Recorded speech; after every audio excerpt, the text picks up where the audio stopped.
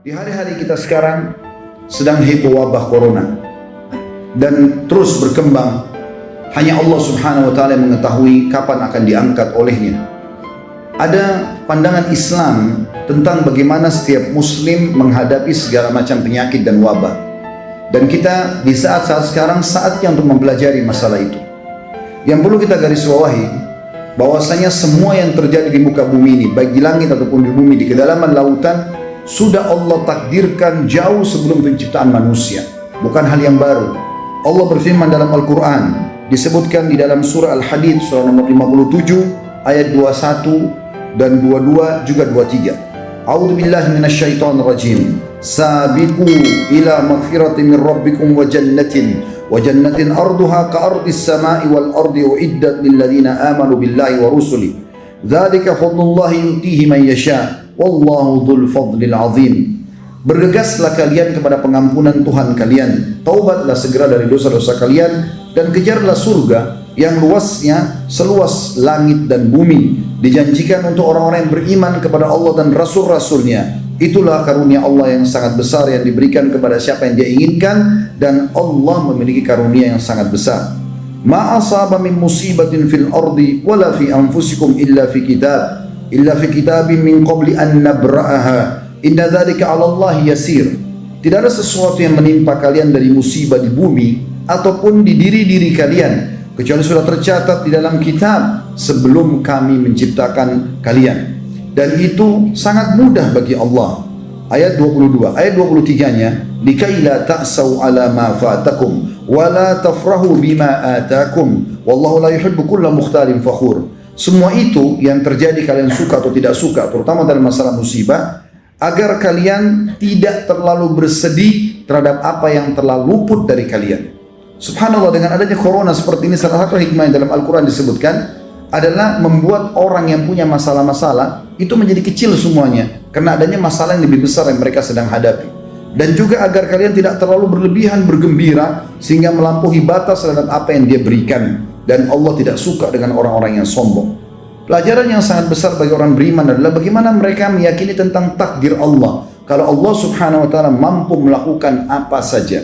Bukankah Allah sudah tenggelamkan Fir'aun sebelumnya? Allah hancurkan Namrud, Fir'aun dengan air di Laut Merah, Namrud dengan seekor lalat, dan kaum Hud yang begitu kuat, kaum Ad dikenal, mereka tinggi besar, kekar-kekar, bahkan postur tubuhnya memiliki atau mendekati postur Adam alaihissalam, artinya 60 siku ke langit. Allah binasakan dengan tiupan ataupun angin, dan sekian banyak contoh-contoh dalam masalah ini. Dan bukankah Allah sudah turunkan banyak sekali virus sebelum corona ini, dan itu juga sudah terjadi. Ada DBD juga yang menyebabkan orang banyak meninggal dunia, ada HIV sebelumnya, dan ada yang lain-lainnya. Dan Allah Subhanahu wa Ta'ala menurunkan itu sebagai pelajaran agar manusia, orang-orang beriman tahu Allah mampu mengerjakan apa saja, tapi semua itu berputar sesuai dengan kemahaadilan Allah. Allah nggak mungkin menyusahkan hambanya, tapi ada hikmah-hikmah yang mungkin manusia belum bisa menjangkaunya, di mana Allah Subhanahu wa Ta'ala menjadikan itu terjadi. Sebagaimana akan kita sebutkan, di antara hikmah yang sangat besar pelajaran adalah bagaimana sekarang seluruh dunia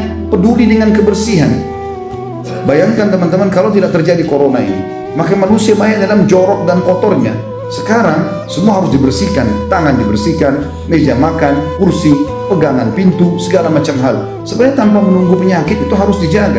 Dan Allah menyebutkan Allah suka sekali dengan keindahan dan kebersihan. Dalam sebuah hadis kata Nabi SAW, Inna Allah jamil, yuhibbul jamal. Allah indah, bersih, sempurna, suka dengan semua itu.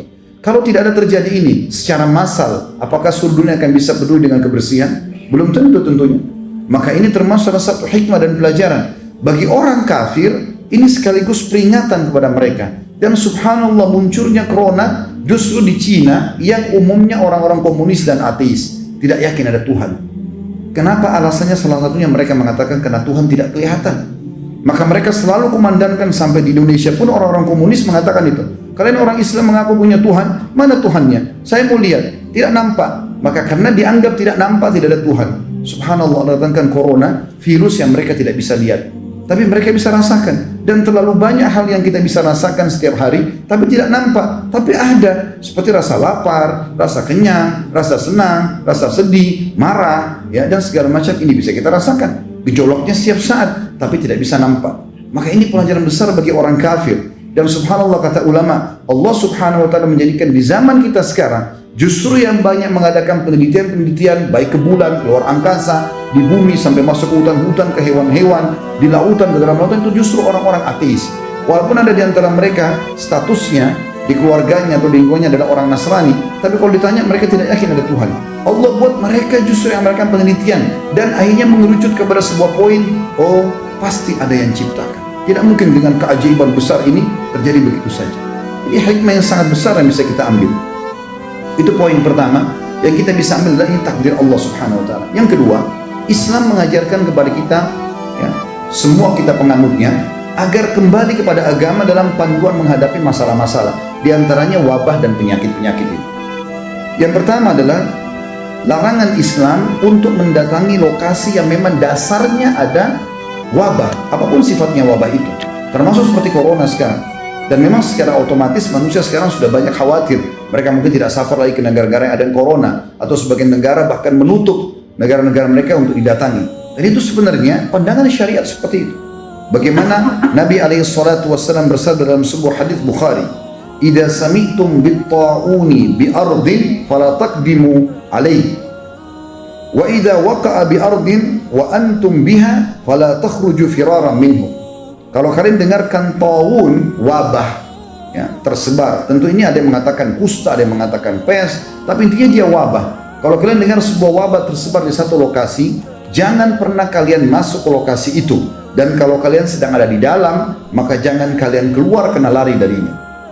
Pernah terjadi, kurang lebih terjadi tahun 17-18 Hijriah, di zaman kekuasaan Amir Mu'minin Umar bin Khattab radhiyallahu anhu, dikenal dengan Taun Amwas.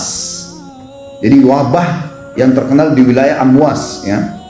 Itu kurang lebih terjadi tahun Masihnya 639 Masehi. Waktu itu mati kurang lebih 20-25 ribu jiwa kena wabah ini. Dan mereka pada saat itu kebetulan kaum muslimin sedang menghadapi orang-orang Romawi. Umar bin Khattab lagi keluar dengan pasukan besarnya untuk menghadapi Romawi, menaklukkan mereka agar bisa menerima Islam. Dan pada saat itu, pada saat Umar bin Khattab lalu mau masuk ke dalam sebuah lokasi, ternyata di sana ada informasi yang sampai kepada beliau, ada wabah taun, ada wabah yang mematikan di dalam ini. Maka Umar bin Khattab menahan seluruh pasukannya, lalu bermusyawarah dengan sahabat-sahabat dari Muhajirin, dari Ansar, orang-orang yang dianggap senior. Kira-kira apa yang harus kita lakukan? Masukkah? Baru kita tawakal kepada Allah, kena ya sudah, nggak kena ya sudah, atau kita nggak masuk lalu kita dianggap lari dari takdirnya Allah? Kesimpulannya teman-teman sekalian, pada saat itu ada dua orang sahabat, Abu Ubaidah bin Jarrah radhiyallahu anhu, sahabat Nabi yang mulia, juga Mu'adz bin Jabal, berkata, "Wahai Amir Mu'minin, apakah anda lari dari takdirnya Allah? Udah masuk aja, tawakal." Lalu Umar bin Khattab menjawab, mengatakan, "Wahai Abu Ubaidah, kalau seandainya bukan kau yang ucapkan." Artinya sayang kalau kau sampai ucapkan dulu, sebenarnya kau harus berilmu. Lalu kata Umar, "Bagaimana kalau seandainya kau punya gembalaan, lalu ada dua buah lembah, satu lembahnya itu tidak ada tanamannya, yang satu ada tanamannya. Kira-kira yang mana kau akan bawa gembalaanmu? Ke tanah tandus kalau kau katakan tawakal Allah, atau ke tanah yang ada tumbuh-tumbuhannya?" Lalu kata Umar, "Saya tidak akan masuk." Abu Ubaidah pun tetap ngotot, dia masuk, salaman sama Umar bin Khattab, akhirnya sama Mu'adz bin Jabal masuk dan terbunuh dengan wabah tersebut. Yang terjadi teman-teman sekalian, setelah masuk dua sahabat yang muda ini, ternyata ada sahabat Nabi yang namanya Abdurrahman bin Auf, sahabat-sahabat yang masyhur namanya, datang mengatakan, "Wahai Amir Mu'minin, saya punya berita dari Rasulullah sallallahu alaihi wasallam, bahwasanya Nabi SAW bersabda, kalau wabah taun ada di sebuah lokasi, jangan kalian masuk, dan kalau kalian sudah di dalam, jangan kalian keluar." Maka kata Umar, "Segala puji bagi Allah yang telah memandu kami." Oleh karena itu, isolasi ini sangat positif. Artinya memang kita tidak masuk ke sana, atau bahkan kita menahan dulu orang tidak sembarangan masuk ke negara kita, bagian yang sangat positif. Sekarang banyak orang bertanya-tanya, kenapa Arab Saudi tidak izinkan umrah? Lalu kemudian sangka buruk, berpikir positif dulu. Saya dapat informasi di sana, Ka'bah itu kan selalu dipegang oleh orang. Dan corona ini dari tangan orang bisa pindah langsung, pegangan orang saja sudah bisa pindah. Maka kalau dibuka umrah, bukan cuma bahaya bagi penduduk Saudi sendiri, bagi kaum muslimin. Berapa juta orang yang tawaf setiap hari, berapa banyak orang yang tawaf setiap hari, dan berapa banyak tersebar seluruh dunia penyakit ini. Maka ditutup. Dan penutupan umrah haji bukan baru sekarang. Sudah dalam sejarah Islam beberapa kali terjadi umrah haji tertutup.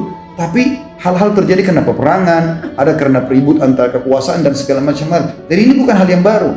Apalagi ini hanya sementara waktu saja, demi maslahat semuanya. Dan ini ada dalam syariat kita. Oleh karena itu teman-teman yang tidak punya ilmu jangan banyak berbicara. Akhirnya mendapatkan dosa. Apalagi bahasanya kenapa pemerintah Saudi. Berarti satu Saudi disalahkan. Berapa banyak orang yang Anda harus minta maaf dengan masalah ini. Kenapa pemerintah ini larang? Pemerintah itu yang dibahas. Berapa banyak dosa yang kita bisa dapatkan. Kalau Anda punya masalah sama seseorang, kerucut ke orang itu saja. Misal suami istri ribut. Kemudian suami misalnya marah sama saya, dia mengatakan, kamu memang ini tidak dididik oleh kedua orang tuamu. Tadi dia cuma masalah sama istrinya. Sekarang masalah sama kedua mertuanya. Jadi 3 dosa dia, 3 musuh dia. Apalagi kalau dia bilang, memang keluargamu begitu. Satu keluarga. Kalau keluarga 30 orang, punya 30 orang masalah. Kalau dia bilang, memang negaramu begitu, atau sukumu begitu. Mungkin 300 orang sukunya. Memang negaramu begitu. Berarti kalau ke Indonesia 200 juta, dia harus minta maaf dengan sekian ratus juta orang. Maka harus hati-hati dengan lisan. Apalagi kalau tidak punya ilmu. Ini berbahaya. Maka dalam kondisi fitnah seperti ini kita tidak berbicara kecuali dengan ilmu yang benar. Sudah ada betul-betul penelitian baru kita berbicara, itu pun kalau ada manfaatnya kita berbicara. Kalau tidak maka diam adalah emas. Juga dikatakan Ibnu Hajar rahimahullah tentang masalah ini. Beliau wafat tahun 852 Hijriah menjelaskan kalau larangan mendatangi tempat penyakit itu karena dikhawatirkan menular ke siapapun yang masuk wilayah itu, dan larangan orang yang berada di wilayah tersebut keluar agar orang lain tidak terjangkit penyakit taun. Dan bukti bahwasanya ada penyakit yang menyebar, yang menular kalau ada sebabnya tentunya. Misalnya kita sengaja interaksi dengan orang-orang yang kena penyakit menular, maka ini ada dalilnya. Disebutkan dalam hadis Bukhari, kata Nabi SAW, la tadimun nadra ila majzumin. Jangan kalian terlalu banyak interaksi ataupun menatap orang yang kena wabah, kustak atau yang lainnya. Berarti memang ada sifat menular. Walaupun ada sabda Nabi SAW mengatakan la adwa, tidak ada penyakit menular, tapi maknanya la adwa tanpa sebab, bila sebab. Harus ada sebabnya. Orang jelas-jelas flu, dia habis pegang ingusnya, mohon maaf, lalu salaman sama Anda. Anda bilang nggak apa-apa, nggak ketular kok. Lalu ingusnya kita gosok di hidung kita, menular masalahnya. Kalau ada sebabnya maka pasti akan ada akibat, seperti itulah. Kemudian juga kalau terjadi bagi orang-orang beriman, misal kalau sampai ada yang kena pun, dan kita berharap tentu karena ini adalah wabah yang Allah datangkan sebagai hukuman, gitu kan? Jelas ini adalah hukuman karena Umar bin Khattab berkata radhiyallahu anhu, tidak mungkin wabah itu kalau misalnya wabah, bahasa Arabnya wabah, tidak mungkin wabah datang turun dari langit Allah jadikan sebagai sebuah bencana di muka bumi kecuali karena dosa yang sedang terjadi, dan tidak akan pernah diangkat kecuali dengan taubat. Jadi kita sebagai orang beriman tahu, yakinlah teman-teman, kalau Anda orang beriman kepada Allah Subhanahu wa taala, mengikuti panduan syariat Allah, syariat Anda, syariat Islam, dan Anda juga terapkan apa yang diperintahkan agar bisa selamat dari wabah, dari penyakit sebagaimana yang kita sebutkan sebentar lagi insyaallah, maka Anda akan aman, tidak perlu khawatir. Saya ingatkan juga, jangan terlalu dibesar-besarkan, seakan-akan harus sembako dipenuhi di rumah, tidak akan boleh salaman sama sembarangan orang. Akhirnya suami istri nggak mau salaman, orang tua sama anak nggak akan salaman, muslim yang lain di masjid tidak akan salaman. Pada sementara Nabi SAW mengatakan bahwasanya kalau 2 orang muslim salaman, pada saat mereka lepaskan tangannya maka akan guguran dosa-dosanya. Tapi Anda punya hak setelah itu, ya, mengantisipasi dengan misalnya mencuci tangan, boleh. Anda boleh pakai masker, silahkan, itu hak Anda, ikhtiar, tapi jangan berlebihan sehingga akhirnya setiap orang bersin sedikit kayaknya corona nih. Kan jadi masalah. Semua orang dicurigai. Di pengajian sekmalah dan tanya begitu, Ustaz, saya lagi flu. Begitu saya flu, semua orang sekitar saya curiga kalau saya corona. Sehingga akhirnya semuanya orang su'don satu sama yang lain. Ini juga jadi pelanggaran agama. Artinya kita berhati-hati tapi tidak boleh berlebihan. Disebutkan dalam sebuah hadis, Aisyah berkata radhiyallahu anha tentang masalah taun. Waktu itu beliau bertanya kepada Nabi SAW, maka beliau mengatakan, innahu adzaban yab'atsuhullahu ala man yasha. Wabah itu sebenarnya adalah wabah taun terutama, tapi ini wabah secara bisa juga masuk dalamnya. Allah utus kepada siapapun sebagai siksaan yang dia inginkan. Faja'alahu Allahu rahmatan lil mu'minin. Dan pasti itu kalau penerima orang beriman maka Allah jadikan rahmat buat dia. Dalam riwayat Bukhari yang lain, kalau ada seorang mukmin meninggal karena taun wabah, maka dia mati syahid. Dan kemudian dikatakan, falaisa min 'abdin yaqa'u ta'un fayamkuthu fi baladihi sabiran ya'lamu annahu la yusibu illa ma kataballahu lahu illa kana lahu mithlu ajru syahid. Dan tidak ada seorang muslim pun atau mukmin pun yang sedang berada di satu lokasi, di sana ada wabah yang tersebar, kemudian dia tinggal di negaranya, tetap diisolasi, dia nggak keluar agar tidak menyebar, dan kemudian dia yakin itu tidak akan menimpa dia kecuali dengan izin Allah, kecuali akan dicatat baginya pahala mati syahid. Sebab-sebab syar'inya ada disebutkan oleh Nabi SAW, di antaranya hadis yang mulia. Kata Nabi SAW, ya ma'syaral muhajirin, wahai orang-orang muhajirin, khamsu khisal atau khisalu khamsin idza tulitum bihinna wa a'udzu billahi an tudrikuhunna.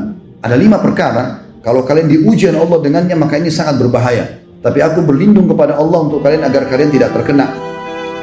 Lam tadhhar fahishatu fi qaumin qattun hatta yu'linu biha illa fasha fihim at-ta'un. Ketahuilah, tidak ada satu maksiat dosa besar kepada Allah di lokasi orang kafir atau orang beriman tersebar merajalela itu, kecuali Allah akan mendatangkan wabah taun kepada mereka. Wal auja', dan masalah-masalah yang berat, penyakit berat, allati lam takun madat fi aslafihim alladzina madaw, yang tidak pernah menimpa orang-orang yang datang sebelum mereka. Lam yanqusul mikyala wal mizana illa ukhidu bisinina wa shiddatil mauna wa jurus sultan alaihim, dan tidak ada seorang pun di antara mereka atau komunitas yang curang dalam timbangan, kecuali pasti mereka akan mendatang atau merasakan peceklik dan juga susahnya kehidupan serta pemimpin yang zalim terhadap mereka. Walam yamna'u zakata amwalihim illa muni'ul qatra minas sama walaulal bahaimu lam yumtiru, dan tidak ada seorang pun atau satu kaum yang menahan zakat harta mereka, kecuali Allah akan tahan hujan dari langit, dan kalau bukan karena hewan-hewan mereka tidak akan diberikan hujan. Walam yanqudu ahdallahi wa ahda rasulihi illa sallallahu alaihim aduwwan min ghairihim fa akhadhu ba'da ma fi aidihim, dan tidak ada seseorang pun atau komunitas yang sengaja mengingkari janji Allah dan Rasulnya. Allah mengatakan akan dapat ini, kalau berbuat ini akan dapat ancaman itu, lalu dia mengatakan tidak mungkin. Dia coba mengkhianati dan mengingkari masalah itu, kecuali Allah akan datangkan musuh-musuh yang akan menguasai mereka dan akan mengambil sebagian apa yang ada di tangan mereka. Wa ma lam tahkum a'immatuhum bi kitabillah wa yatakhayyaru mimma anzalallah illa ja'alallahu ba'sahum bainahum, dan tidak ada satupun pemimpin-pemimpin mereka yang tidak menerapkan kitab Allah dan mereka tidak menjadikan sebagai sesuatu yang harus diterapkan apa yang Allah turunkan, kecuali Allah akan menjadikan permasalahan di antara mereka. Itu yang kedua, atau maksudnya poin yang kedua yang berhubungan dengan masalah apa yang harus kita lakukan. Pecahannya adalah kita harus mengisolasi tempat itu. Kemudian cabang daripada poin kedua ini adalah bagaimana kita berobat. Nah, kita tutup dengan ini teman-teman sekalian, bagaimana berobat. Berobat ini ada 3 cara dalam syariat kita, dan ini sayangnya yang pertama dan kedua yang merupakan asas dilupakan oleh kaum muslimin. Yang ketiga yang merupakan akhir daripada ikhtiar, justru ini yang mereka fokus untuk melakukannya. Teman-teman sekalian, kita harus yakin dengan sabda Nabi SAW dalam hadis Bukhari. Beliau bersabda, ma anzalallahu da'an illa anzalallahu lahu shifa. Allah tidak akan pernah menurunkan penyakit kecuali Allah turunkan kesembuhan bersamanya. Nggak ada kata-kata tidak ada kesembuhan. Nggak ada dalam Islam penyakit tidak ada obatnya, mustahil. Pasti ada. Itu sabda Nabi SAW dan tidak mungkin salah. Ini wahyu yang sudah diberikan kepada kita. Maka yang harus dilakukan 3 hal. Yang pertama, yang ini yang orang tinggalkan adalah berdoa, berzikir, sholat, sedekah, taubat. Ini asas daripada hilangnya wabah dan juga penyakit. Mara bahaya. Dan ini banyak ditinggalkan oleh kaum muslimin. Misal, masalah doa, kata Nabi SAW, la yaruddul qadha illa doa. Tidak akan pernah ada yang bisa mengubah takdir kecuali doa. Kemudian Nabi SAW juga bersabda di dalam hadis riwayat Tirmidzi, inna du'a yanfa'u mimma nazala wa mimma lam yanzil fa'alaikum ibadallahi bid-du'a. Sesungguhnya doa akan bermanfaat terhadap apa yang sudah ditetapkan, takdirkan, dan apa yang belum ditetapkan atau ditakdirkan, maka hendaklah kalian memperbanyak doa. Juga dalam sabda Nabi SAW tentang masalah doa, seperti misalnya doa keluar dari rumah, biasakan membaca doa ini. Kata Nabi SAW, siapa yang keluar rumah membaca Bismillah, tawakkaltu ala Allah, la hawla wa la quwata illa billah, dengan nama Allah, aku bertawakal kepada Allah, menyerahkan diri kepada Allah dan tidak ada yang kekuatan kecuali milik Allah. Kata Nabi SAW, apabila seseorang keluar rumahnya, lalu dia membaca doa tadi, maka Allah akan menjawab mengatakan, engkau akan diberi petunjuk, dicukupkan dan selalu terjaga. Maka syaitan pun akan menyingkir darinya. Syaitan yang lain berkata, bagaimana mungkin engkau bisa mengganggu seseorang yang telah mendapat petunjuk, kecukupan dan penjagaan. Ini sebuah hal yang luar biasa. Bagaimana dia membaca doa keluar rumah misalnya. Begitu juga dengan doa-doa yang lain. Ya. Seperti misalnya dia supaya diijabah doanya, dia baca doa Dzannun atau la ilaha illa anta subhanaka inni kuntu minadh dhalimin. Jadikan sebagai zikir dia. Ya Allah, tidak ada Tuhan yang berhak disembah kecuali Engkau, Maha suci Engkau, aku termasuk orang-orang yang zalim. Ini doa dibaca oleh Nabi Yunus alaihissalam. Kata Nabi SAW setelah menjelaskan kejadian tersebut, beliau mengatakan, lam yad'u biha rajulun fi syai'in qattun illa istujiba Allahu lah. Sesungguhnya tidak ada seorang muslim pun yang berdoa dengannya dalam satu masalah apapun melainkan Allah pasti kabulkan. Itu juga zikir kepada Allah Subhanahu wa taala. Zikir pagi petang misalnya. Di antara zikir pagi petang bunyinya a'udzu bikalimatillahi tammati min syarri ma khalaq. Hadis riwayat Muslim. Aku berlindung kepada Allah dengan kalimat-kalimat Allah yang sempurna dari segala yang buruk diciptakan. Kata Nabi SAW, siapa yang membaca ini 3 kali di pagi hari dan 3 kali di sore hari, ya, maka tidak akan ada mudarat atau mara bahaya yang akan memudaratkannya hingga sore hari. Kalau dia baca 3 hari pagi sampai sore dia aman. Dan kalau dia baca 3 kali sore hari, maka tidak akan ada mara bahaya yang akan memudaratkannya hingga pagi hari lagi. Dijaga oleh Allah Subhanahu wa taala. Zikir yang pendek mudah diamalkan. Begitu juga dengan zikir pagi petang yang masyhur, walaupun semuanya hampir semuanya 80% intinya minta agar diberikan keselamatan. Di antaranya adalah Allahumma inni as'alukal afiyah fid dunya wal akhirah. Ya Allah, aku minta kepadamu keselamatan di dunia dan di akhirat dari segala macam bara bahaya termasuk wabah. Allahumma inni as'alukal afwa wal afiyata fi dini wa dunyaya wa ahli wa mali. Allahumma astur awrati wa amir rawati. Allahumma ihfazni min bayni yadayya wa min khalfi wa an yamini wa an shimali wa min fawqi wa a'udzu bi'azamatika an uqtala min tahti. Hadis sahih riwayat Ahmad. Yang artinya, Allah, sungguh aku memohon kepadamu keselamatan dunia di akhirat. Ya Allah, sungguhnya aku memohon kepadamu keselamatan dalam agamaku, jangan sampai aku menyimpang. Kemudian juga keselamatan di duniaku, keselamatan di keluargaku, keselamatan di hartaku. Ya Allah, tutupilah aurat-auratku, maksudnya kekurangan-kekuranganku, dan tentramkanlah hatiku dari rasa takut. Ya Allah, peliharalah aku dari mukaku, dari belakangku, dari kananku, dari kiriku, dan dari atasku, dan aku berlindung dengan kemahabesaranmu agar aku tidak tergelincir ataupun kena gempah dari bawahku. Ini diantaranya saja, dan cukup banyak zikir-zikir. Ya. Di dalam hadis yang lain, ada seorang sahabat pernah datang kepada Nabi SAW lalu mengatakan, ya Rasul, di pagi hari tadi malam saya disengat oleh kalajengking, berbisa. Ini sekarang bengkak semuanya, membiru kakinya. Kata Nabi SAW, ama law qulta hina amsait, coba kau baca pada saat kau tiba sore hari semalam, a'udzu bikalimatillahi tammati min syarri ma khalaq, lam tadurruk. Kalau seandainya tadi malam kau baca, aku berlindung kepada Allah dengan kalimat-kalimat Allah yang sempurna dari segala keburukan yang Dia telah ciptakan, maka tidak akan membahayakanmu. Hadis sahih diriwayatkan oleh Imam Muslim. Itu juga dengan sholat. Ada sholat teman-teman sekalian yang mungkin orang tidak banyak fahami, tapi sholat ini dikerjakan oleh Nabi SAW. Yaitu sholat yang sifatnya mutlak. Dikatakan dalam sebuah hadis yang sahih riwayat Ahmad, Abu Dawud, hadis Hasan riwayat Ahmad dan Abu Dawud, karena Nabi SAW idza hazabahu shalla, idza hazabahu al-amr shalla. Bahwasanya Nabi SAW setiap kali ada masalah yang dihadapi, pasti beliau langsung pergi sholat. Dan sholat ini sifatnya bukan duha, bukan sholat malam, bukan sholat wudu, bukan taubat. Antum wudu, sholat niat pendekatan diri kepada Allah. Ya, ini dibolehkan, dimutlakkan ya sholat ini. Dan ini dikerjakan. Begitu juga teman-teman memperbanyak amal soleh seperti sedekah. Ini banyak menghilangkan dari wabah dan permasalahan. Hadis Nabi SAW riwayat Tabarani dengan sanad sahih, sana'iul ma'ruf taqiyu masari as-su'. Sesungguhnya semua perbuatan kebaikan, ketakwaan kepada Allah akan menjauhkan dari segala macam masalah berat atau yang buruk atau kejahatan. Wa sadaqatus sir tudfi'u ghadabur rabb, dan sedekah secara sembunyi-sembunyi akan meredam murkanya Allah. Wasilatul rahim tazidu fil umur, dan melanjutkan hubungan silaturahim akan menambah panjangnya umur. Di dalam hadis yang lain kata Nabi SAW, inna sadaqata la tudfi'u ghadabar rabb wa tadfa'u an mitati su. Ketahuilah bahwasanya sesungguhnya sedekah itu akan meredam murkahnya Allah. Jadi kalau Allah marah dengan menurunkan wabah dan segala macam hal, Allah bisa angkat murkahnya itu dengan sedekah kita. Wa juga sedekah itu, dan juga dia akan bisa menolak mati yang buruk.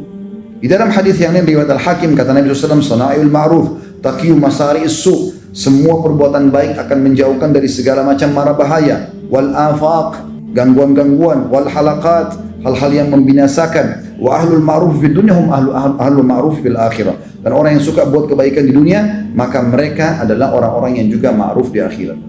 Termasuk teman-teman sekalian dianjurkan agar menutup wadah-wadah minum dan makan ya di rumah. Disebutkan dalam sebuah hadis, dan hadis ini juga adalah hadis yang sahih. Ya kan Imam Muslim. Saya langsung saja ke terjemahannya. Kata Nabi SAW, tutuplah bejana-bejana, rapatkanlah tempat-tempat minum, karena ada waktu satu malam atau ada waktu pada saat orang-orang lagi tidur, ketika turunnya wabah atau di malam hari turun wabah, tidaklah ia melewati bejana yang tidak ditutup ataupun tempat minum yang tidak dirapatkan, kecuali ia akan masuk ke dalamnya. Wabah itu akan masuk. Makanya sunnah Nabi SAW adalah bagaimana kita menutup wadah-wadah minuman dan makanan kita. Tentu masih banyak poin-poin yang lain teman-teman, karena khutbah Jumat saya ringkaskan. Kemudian kita masuk juga ke jenis pengobatan. Selain tadi saya bilang ada 3, yang pertama adalah zikrullah, ya, yang doa, sedekah dan seterusnya, ini semua amal-amal soleh. Yang kedua masuk dalam pengobatan adalah pengobatan yang juga banyak ditinggalkan oleh kaum muslimin, pengobatan dengan cara yang diajarkan oleh Nabi SAW. Seperti misalnya ruqyah syariah. Ya, Ibnu Qayyim rahimahullah mengatakan, aku pernah merasakan rasa sakit kepala yang luar biasa. Kemudian aku membaca surah Al-Fatihah, meniupkan ke air zam-zam, aku meminumnya dan mengusapkan ke badanku. Tiba-tiba sakit itu hilang. Ruqyah syariah. Teman-teman yang mau lebih jauh bisa nonton insya Allah ceramah kami di YouTube tentang masalah ruqyah syariah. Dan ini ulama sudah sepakat mengatakan bukan hanya orang kena racun, sihir, tapi juga dia bisa mengobati segala macam masalah dan penyakit. Kemudian juga jangan pernah tinggalkan habbatus sauda. Sekarang beli di rumah, jintan hitam. Selalu kita dengar hadis Nabi SAW tapi tidak diamalkan. Hadis Bukhari Muslim, habbatus sauda dawa likul da'il sam. Biji hitam atau jintan hitam itu adalah obat untuk semua penyakit kecuali kematian. Kalau mati juga bisa diobati, jintan hitam akan obat. Maka diminum, konsumsi, taruh di teh kita, di kopi kita, di nasi, di sayur, di susu, minum sama madu. Ya. Maka ini anjuran Nabi SAW. Sakit atau tidak sakit, maka dia akan meningkatkan kekebalan tubuh insya Allah dan akan menyembuhkan penyakit. Sebagian ulama mengatakan keutamaannya, karena dalam hadisnya dikatakan habbatul barakah, biji yang penuh dengan berkah. Karena kalau orang minum, kalau dia belum ada penyakitnya, maka akan menjadi penameng ya, atau penahan daripada penyakit yang akan datang. Kalau dia sudah kena penyakit, maka akan membantu dia mengeluarkan dirinya dari penyakit tersebut. Begitu juga teman-teman sekalian dengan mengkonsumsi madu. Madu ini dikonsumsi, tapi bukan air madu, madunya dikonsumsi. Ada orang punya 1 kilo madu, 1 tahun baru habis. Diminum madu itu, jadi madu tanpa dicampur apa-apa. Itu baru manfaatnya besar. Tapi banyak orang 1 sendok makan ditaruh di 1 botol air 1 liter. Sehingga jadi air madu, bukan madunya. Madu dikonsumsi. Dan Nabi SAW pastikan, kesembuhan pasti di 3 hal. Yaitu konsumsi madu, kemudian sayapan bekam, dan juga kai atau besi panas yang ditempelkan di tubuh. Dan aku melarang umatku menggunakan kai. Dalam riwayat lain, jadikan kai sebagai obat terakhir kalian. Maka madu juga begitu. Dalam riwayat Tirmidzi ada 2 orang adik kakak. Si kakak kena diare, mencret-mencret, maaf, adiknya pergi ke masjid lalu melapor kepada Nabi SAW, mengatakannya, Rasulullah, kakakku lagi mencret, diare. Kata Nabi SAW, berikan dia madu. Dia pulang ke rumah si adik, dikasih kakaknya. Ternyata belum sembuh. Dikasih kali belum sembuh, masih diare. Dia datangnya Rasulullah belum sembuh. Nabi SAW lalu marah pada anak mudanya sambil mengatakan, pasti Allah benar dan perut kakakmu yang bohong. Tidak mungkin salah. Allah mengatakan sembuh dengan madu, kau bilang tidak. Sekarang pulang berikan kembali. Diberikan kakaknya akhirnya sembuh. Ini disebutkan dalam hadis yang sahih. Dan kita tahu dalam Al-Quran, dalam surah An-Nahl khusus, ya, surah nomor 16, Allah berfirman di ayat 68 dan juga ayat 69-nya.